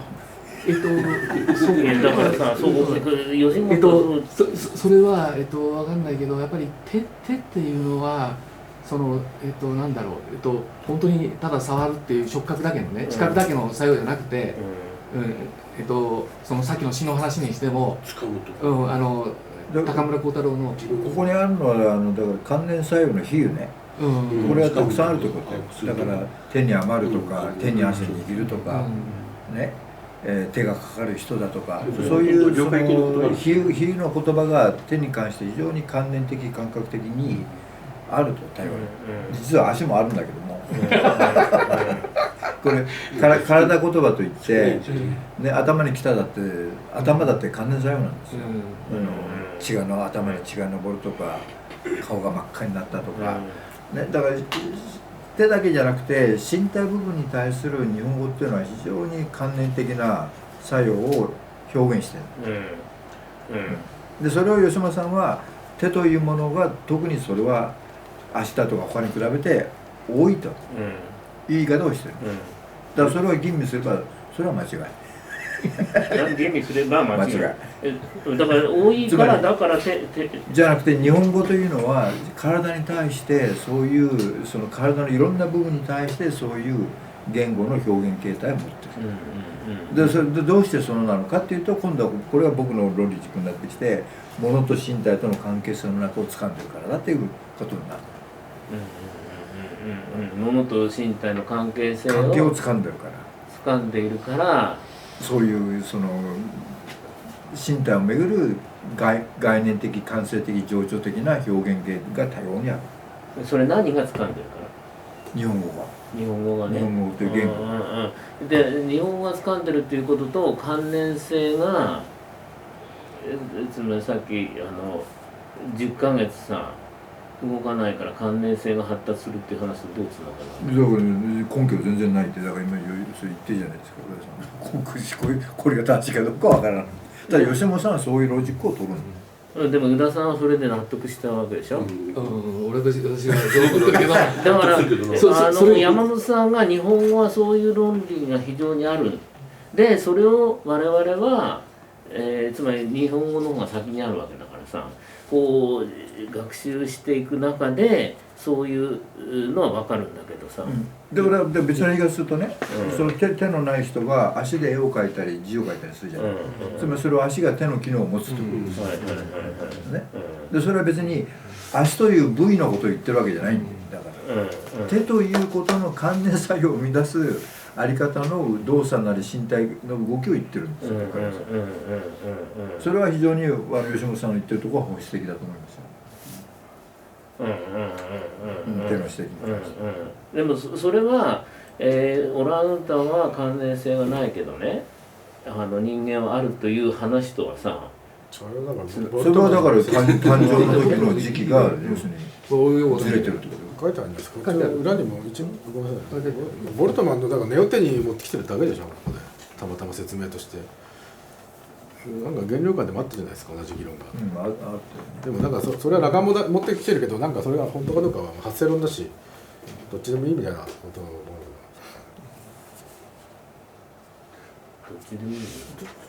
いろんなあれべき説明の一つ。人間の身体のこれ分からないけど、なんかこれ読んでるとやっぱりなんか本当らしくもっと岸田氏がよく言ってた。例えば目が見えなくった時に例えば具体的に何かをこうやって歩くときに身体のバランスとか把握するって感じですね。了解するときに手っていうのはものすごい了解、身体の位置から何か了解するに立ち上がっていくわけですから、ものすごくなんか手そのものっていうのは、いや自由だとかそんなにじゃなくて把握するっていうことが、あるいは何かを了解するってことの中で手がものすごい重要な感じありますよね。いいですか、今の議論の関連でね、問題点、吉本さんが出している自身の問題点を出して議論を展開したいんですけど、それはこれです。50ページの第2段落です。非常に大事なので読んでみたいんですけどね、第2段落のですね、一番最初の7行です。読みましょう。ところで動物におけるの人間としての特徴は何かという問題はさらに一歩踏み込む必要がある。なぜならば人間の手の働きが了解的、時間的なものであり、足の働きが関係的、空間的なものであるということは、たとえ了解という概念に理念から感性に至るあらゆる関連作用を包含させたとしても、人間を動物から完全に引き出す生物学的な条件を語っているとは思われない。ここは非常に大事ですよね。でつまり別のとすれば、動物としての動物と動物としての人間を区別するその生物学的な条件というものを考えた場合に、手の働きが了解的という概念であったとしてもね、それだけではこの違いを説明することにならないと、生物学的な条件になりませんよと述べてるわけね。したがって手の働きが人間作用の外貨であり、かつ了解作用のあり方だとしてもね、それだけでは動物としての動物と動物としての人間をね、生物学的に区別する条件にならないと。ここ大事なところだから、それでこの後に録画が来るんだよ。録画来て人間だけがっていう。それでだからそうすると問題はじゃあ6の1なんだけど、6で出してる時にね、生物学的な条件を語ってるかと、つまり動物としての人間と、いいですか、動物としての動物をね、区別する生物学的な条件を6で妥当的に語ってるかっていう問題をね、出さなきゃいけない。でそうするとね、一応6の内容は一旦読む前にね、この間の経験科学がどういうような知見を示したかを示した上で、6の問題点を外在的に言ってみたいと思う。どういうことかというと、人間という種の中にはネアンデルタールとクロマニヨン人が原生人類がいるわけね。ところが人間と種の中のネアンデルター人は数万年前、5万年ぐらい前かな、10万年ぐらい前かな、ちょっと正確に言いませんけど死滅した。残っているのは原生人類だけです。とすると人間という人という種の中にあるネアンデルター人とクロマニヨン人の違いというものがいわば非常に重要な問題になってくる。なぜなら我々は原生人類だから、種としての人間のネアンデルター人が死滅してるわけね。とするといいですか、動物としての動物と動物としての人間を区別する場合に我々が考えなければいけないのは、動物としての人間の中のクロマニヨン人とネアンデルター人、原生人類と示した人類の差を考えなければいけないということです。じゃあそれは一体人類学的な知見ではどうなっているかというと、一つ経験ではこうです。発生期間の差です。つまりネアンデルター人は口外の形態に茂られて子音しか発生できなかった。したがって母音を含んだ言語が発生できなかったんですね。ところが原生人類は口外の形態から母音を含めて、いわゆるね母音も含めて両方の子音と母音を両方含めた言語が発生できる。これは形態学的に人類学的に示されているんです。したがってここからどういうものが起こるかというと、原生人類以前の示した人類というのは少なくとも原生人類とは異なって非常に限定した情動的な言語しか発生できなかった。情動的な言語というのはというふうに見てきたかのようなことを言うというそれふうに言ってはるんですよ。一応人類学前ミキシ4の時もおっしゃってましたそれは人類学的なでもダーウィンと同じだって。同じ議論になると思うんですというふうにだから吉本さん言ってんじゃない。というふうに見てきたかのようなことを言うと。それはそんなことだって1個か2個のその骸骨を相手にしてそんな不変ということは言えるわけないじゃないだってネアンデルタル人の遺伝子が混ざってるって説もありますよ。だから説に説それ問題ではない。じゃあね考古学的なものの事実性なんてどこにも現実性なんてないのよんなもので1個のケースが出てきただけの話よ。よく例えば踏んだら糞がそこにあってこの糞で見てさこれで要するにこの食べ物食ってたろってたまたまその時食ったかもしれないだけの話じゃない。もちろん私はね人類学者じゃないから、ただ私がいや言ってるのはだからそんなものはそういう違いがあるんだってことです。骨が3つか4つ出てきて、ね、人類数億人の話がなんでできるの、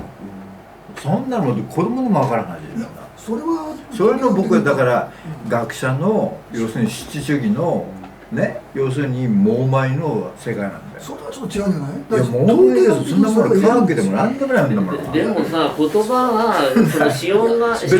なだからねがあるかっていうのはさだからちょっと別な言い方するとあそこにあった要するに逆さネズミって話なんだけど逆さに暮らしてるって話なんで動物のねその生態系を全部調べてあるんですよ。でこの生態系のドキュメントが火山の爆発で全部消えただけど生物論的に全部証明できるんだよ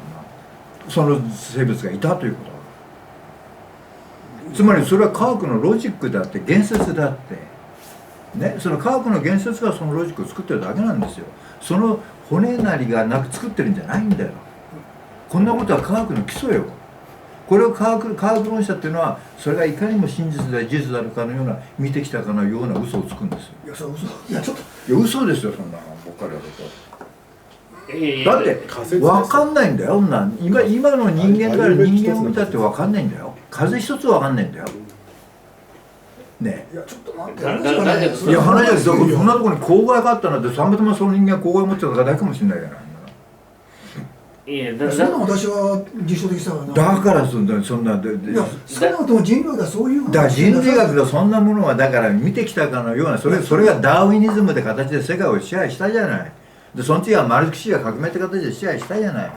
そんな知ってきたかのような知識はもう無効だってことを吉本さん言ってんだよこれ。でもものすごく大事なことこれ。対立する学説いっぱいある飛びすぎじゃないって。なんか一つだけじゃないと思うんだよな。だけどそれによってだって今説明でき脳るかどうか科学者たちが脳の細胞だなんだっていじくり回してるじゃない。脳の細胞何十億あんのちょっとこれ。論理の構造が今ちょっと飛んでると思う。飛んでない。まあ問題になってるのは動物としての人間の差異が問題になってるわけだだからそんなことを問題にすること自いや体は僕もここでおかしいんだよ。問題になってるじゃないですか。だからおかしいんですよ。いやちょっと待ってよいやそれができて今解釈してる段階だもんね。だからなんでそういう議論になっちゃうかというと人間の本質は一体何であるかということを動物との識別からやろうとする前提がもうそこに入ってるからロジックでいやここではそうですよ。だから間違いですよ。いやだからそれは間違えて言だからない僕言ってるのは早く身体論のことをしたいって言ってるの。いやでも今この中見るとね吉本この後にいやボルトマンのことについても別な言い方すると身体論から見たらこんなの話にならんよこんな吉本さんのこんなの。社会の理想のいやあそ話こはいいね、いやいや言い切るよ。だってあなたの言ってるその何がこうだったら膨大な身体論があるんだよ世界の中で。そうですよもちろん。話にならんよこんなの。吉本さんとこれなんか例えばボルトマンについてもちっちゃの意にかなうように正確度を保証しがたいとかね直立姿勢を固定化させたに違いないとかねものすごいあれですよこれいやちょっとできましたと言ってないですこれ議論をもっとかき混ぜますけども柴崎さんから了解論のね428ページの真ん中428ページから随分先だな。 429ページにあたってホルトマンのこの428の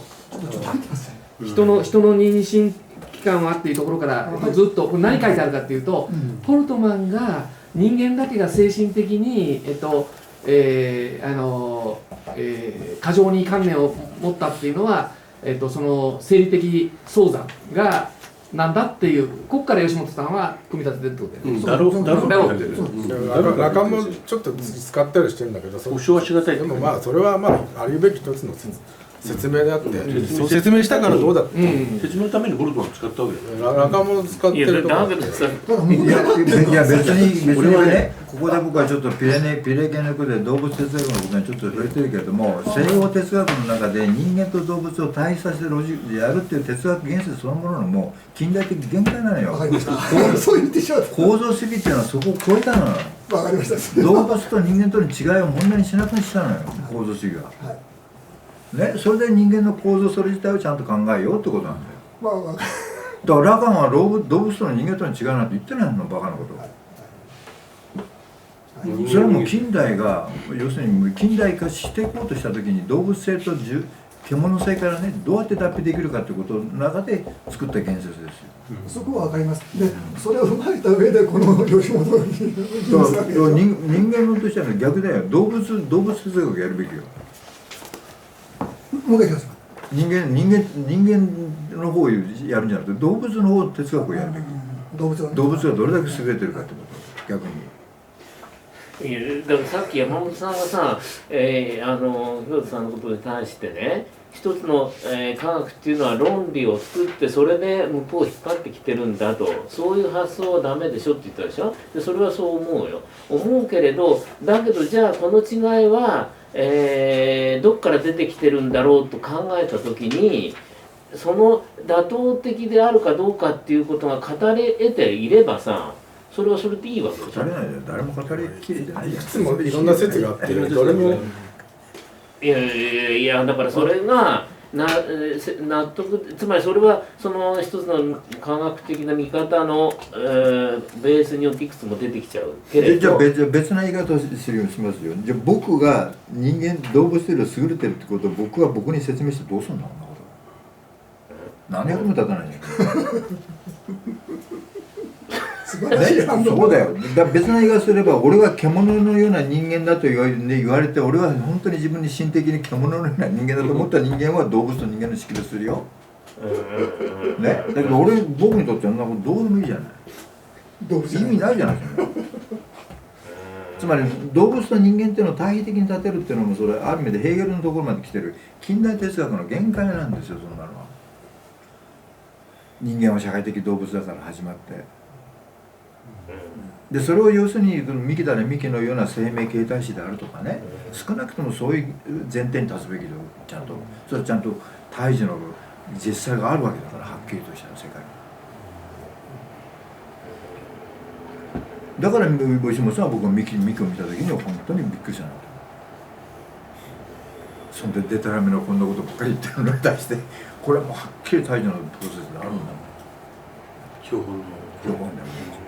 これもだってみんなの普遍的な世界でどっかで骨が見つかったのってどんな勝手にやってる遊んでるよってだけの話だよ。骨が見つかったじゃなくてさ、ちょっと読み方はもう間違ってるんですけど、今の早産の問題は、鶏か卵がどっちが先かという問題みたいなもんで、観念があるから早産するっていうこともありますし、早く生まれたから観念を持つこともあるけど、問題は吉本さん的には自然的な哲学的なね、相愛関係とかね、必要と。だからどっちが先でもいいっていうことでしょうね。である意味で構造論っていうのはそういうこと発想ですよね。だからそういう関係性の相互性としてある。それは要するに近代的な論理と時間の順序はどっちかっていう論理になっちゃうんだけど、構造的にはそういうことは問題ない。そうすると動物と人間との違いなんて問題ない。要するに関係的な話だっていうのでそれで終わる。むしろじゃなくて動物をもっと知る気であって人間の場合動物はこんな指必要としないんだから、逆に言えばその能力はもっと優れてるってことでしょ。技術として頭が発達しなくて生まれなく出れなくなっちゃったから当時になっただけです。ちょっといいかね、適所即してですね、1点、この6の項目で1点だけ追伸したんですけどね、同じことを繰り返したんじゃなくて、57ページの上段の、50何ページ2ページ52ページの上段の一番最後のパラグラフの4行。現人間といえるものは、はじめ過酷な自然条件をくぐり抜けたとき、外観は猿や類人猿とそれほど変わりなかったにもかかわらず、肉体が自然としてだけではなく、関連作用の前提を踏まえて立っていたということ、ここまでですね。そうすると、まあ少なくとも吉本さんがここに述べてることはほぼ完全にと言っていいと思うんですけど、動物としての動物と動物と人間が違う根拠っていうのは関連作用を持っているということを述べているだけに過ぎないということですよね。それを逆に言えば手までそれで説明しちゃったってすげえなって言っちゃった。でも言われてみればなるほどそうだなって思いますよね。なんか納得しちゃってるとかね。だって赤ちゃんこんなになってこうやってるだけで本当足動かねえんだ。そうするとさ、山本さんはさ、こう全ては関係じゃ理論と現実というのをさ、どう考えるわけ？つまり全部その中で関係の中で決まるしかないんだから、そうするといろいろ考えたってさ、だから今そうだよ、また次の関係ならまた違ってくるんで、それでどうすんだよ。別に。だってぐじぐじずっとなんか書いてるでしょ。書いてでそれの妥当性とかなんかも関係ないわけでしょ。全然関係ない。それどだってそんなどうでもいいことじゃないですか。ただ考えられていない世界を考えて自分で、要するにマルクスも言ってる自分に納得させるって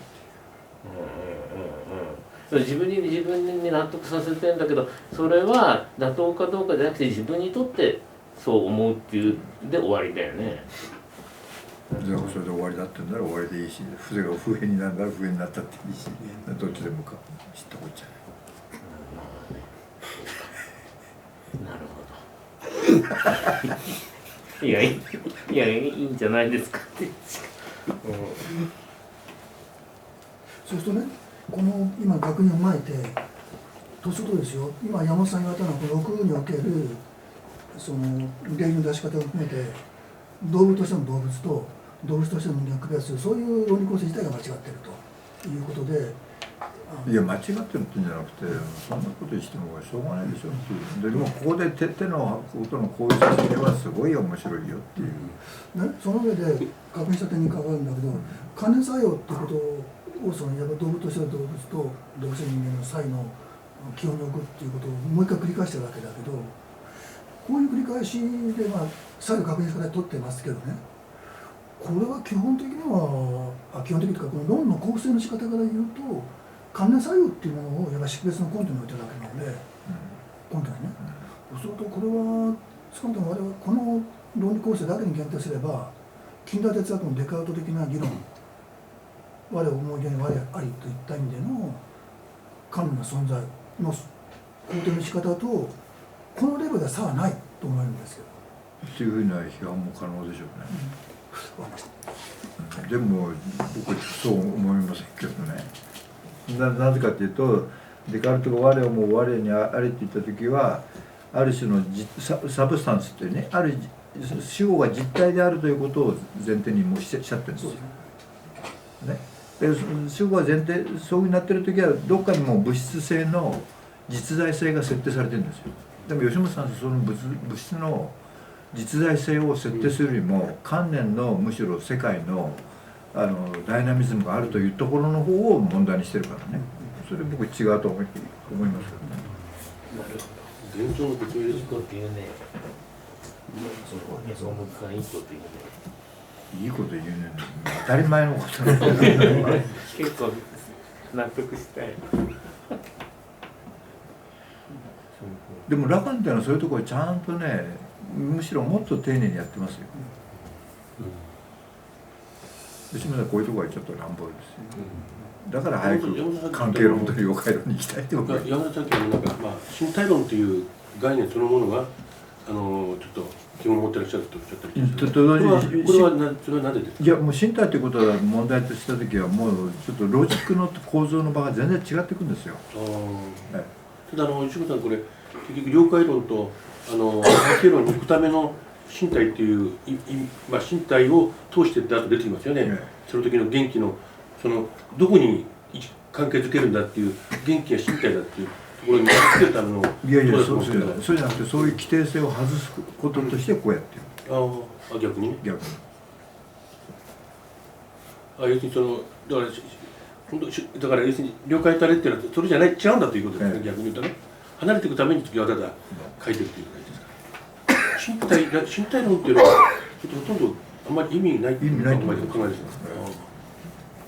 要するにこの地球上にこのなんかこんな人間のこんなの両目とあれがついたらこのおかしな生き物が生存してるっていうことにおいての身体っていうのいやだからそこをそういうふうに考えるんだら身体論として全然別な形での現実体験を作らなきゃいけない。ただちょっと、そこのところでね、臨床心理学っていうか、臨床っていうあれで言うと、吉本さんのここ面白いなと思うのは、その心を時間と空間で捉えた後ね、ここで今身体っていうものも身体そのものがどうだっていうよりも身体も時間と空間この後も年齢は空間で正規も空間だみたいな形で身体も時間と空間に振り分けて、要するに吉本さんは全部を時間と空間で用途してるんだけど、それ臨床的にどういうことかというと、心が壊れたら身体が壊れることもあるし、身体が壊れたら心も壊れるっていうね、それを時間と空間っていう概念でやっぱりやると結構面白くなるかなっていう感じがするんだよね。そこのところを、そういう起点で見ていくっていうのが僕は吉本さんの面白いところだと思って、そこをなんか自分の中でこう成熟させたいなと思ってるんだよね。優れたところね。でもね、全然別に今ね、僕金を飲んでるんですけど、ね、金金って何だっけ？金っていうのは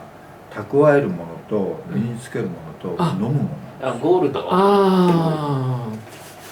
の調子全然いいですね。そういうのを飲む。金でそれは身体論じゃないじ身体論じゃないかもしれないよ。ゃん。まあそうなんだ。じゃあ普通金って金属だから出てきちゃうというふうに考えるでしょ。それはたまるからどのぐらいの量いやあるんですよ。ボトルの中に金粉がブワーって入って金箔酒みたいなやつ。水なんですよ。これはしかるべきところでしか作ってない。それはどこに身体に残るんですか？いやわかんない。でも飲んでて何がいいの？通過ない。通過ってきちゃう。まずこんな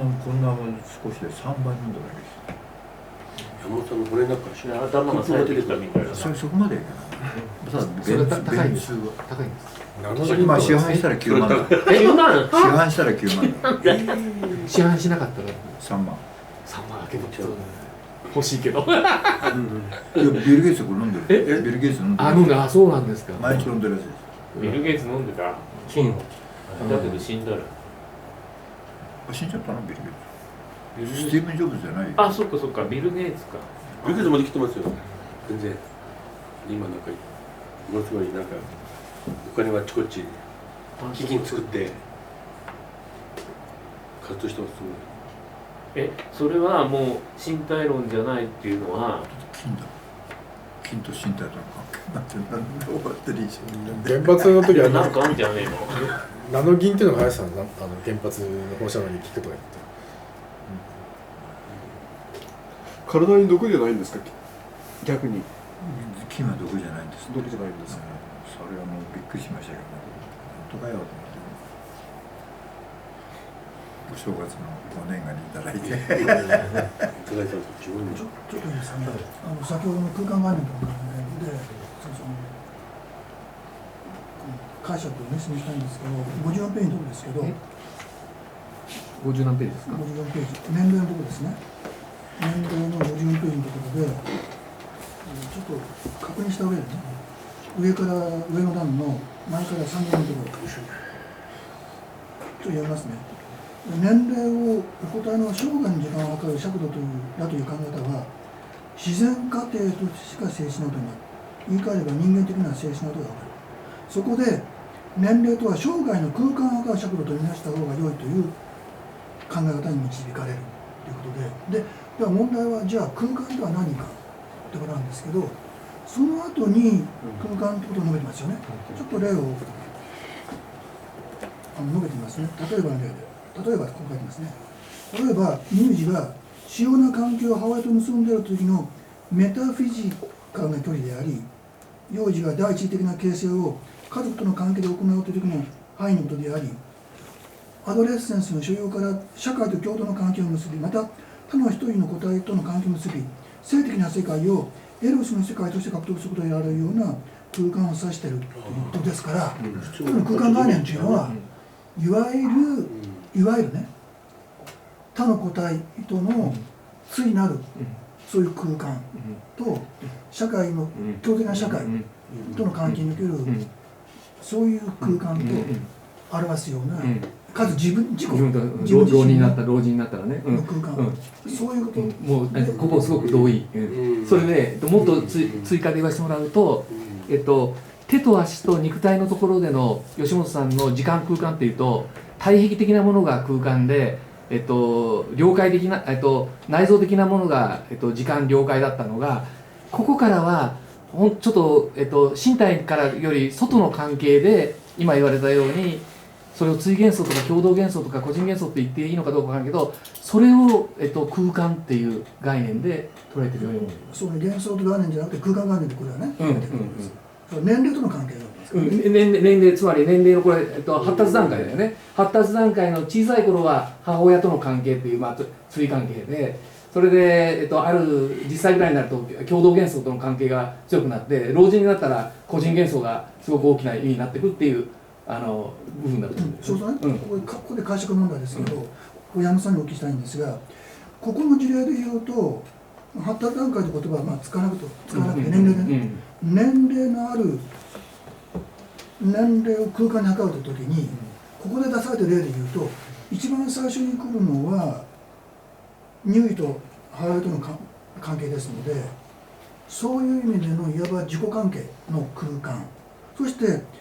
次そこから現れてくるのは2つですね。1つはアドレス所要と時期における社会と共同の関係という社会、一応社会ということですね、社会との関係という意味では共同的な関係という空間、もう一つはここで他の一人の個体との関係を結ぶという意味での性的な世界という意味での空間ということで、この年齢というふうなその空間を考えた場合に、それは自己関係から、そして次に同時に共同的な関係と対関係という、正確に言えば共同的な空間と対的な空間、したがって自己空間から年齢という空間は移行していって、その同時に共同空間と対空間を生み出すという、そういうふうに読めるんですけど、全然だから、まず本質論的に自己元素、対元素、共同元素っては常に共時的であるということね。つまり時間の順番の問題ではないということが言って、それから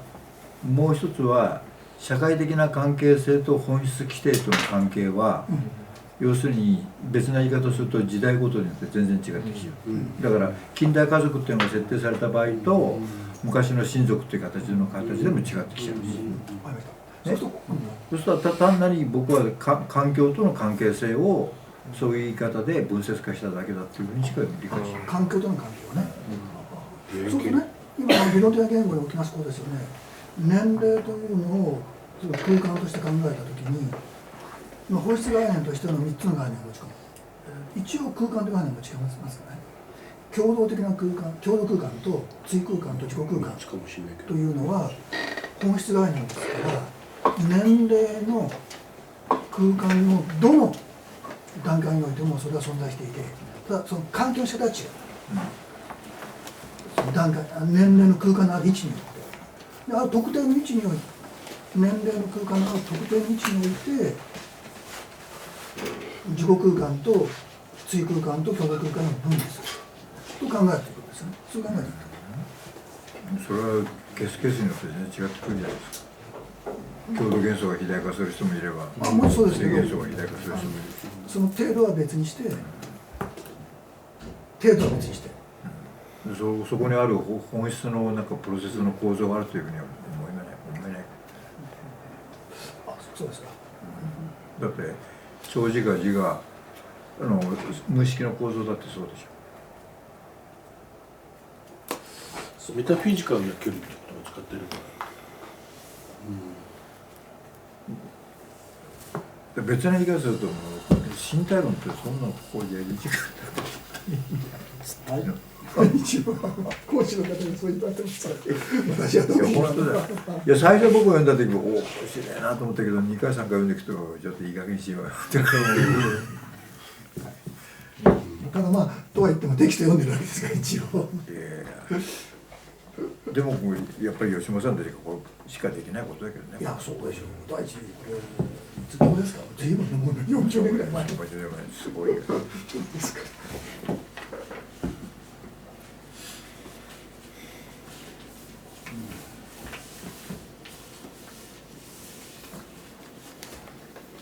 時間どうなんですか。もう時間過ぎてしまいましたね。次回いや次回はもう次の了解と関係のところを確認してそれでちょっと残ってたところをフォローして。どこまで、今日8まで終わったところ。8まで終わって次回は了解のところからフグのところまでいけないでしょうね。了解のところだけぐらい。了解と関係。了解と関係のところで9、10ですね。そうですね。それであと残りをフォローし直す。9、10、11でしょ。11までですよね。一応。あ、そう11まで。11まで。一回資格論も一回とか資格のラカンとかグラヤのところの資格共同段階の資格の問題が一回の資格あ、目共同段階の目はラカンまた厄介ですよ。共同段階で一応目もあるんですよね。一応はこっち行ってこっち行ってっていうのから簡単なあれから図式から30、40ぐらいの構造になってますよね。あとフーコーは言葉とか最初の序文のところのあそこの資格の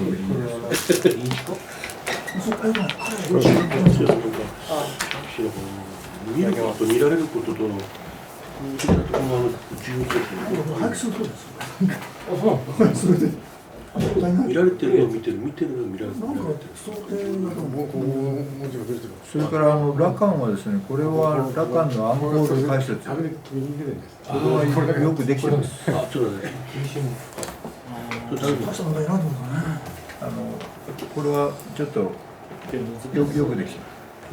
す。分かりやすくしててブレてない。珍しいです。これラカン嫌いですけどね。こ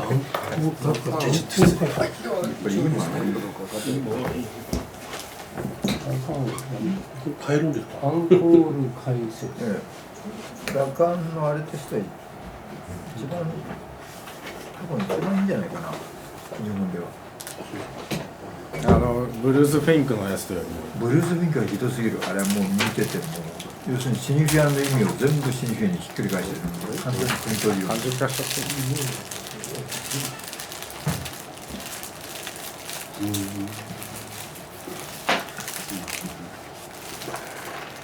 はい、お疲れ様で